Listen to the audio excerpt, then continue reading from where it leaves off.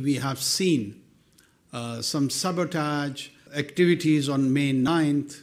I would explicitly express my not just discomfort, but it was a way of disappointment that how and where did we reach on that day.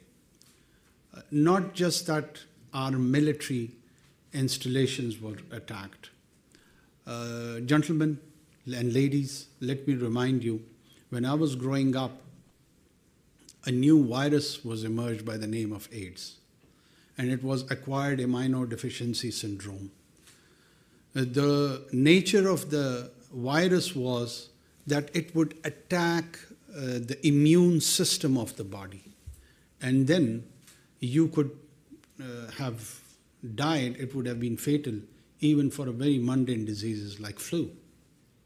So for any polity, if its immune system is attacked, it leads towards its fertility. And in our context, these emblems, these symbols are important. These state symbols, when they are attacked, state doesn't disappear or vanish within a day or two or week. It's a process. And the initiation of that process, or an attempt at least to do so, in my mind comes that it was exhibited on May 9th.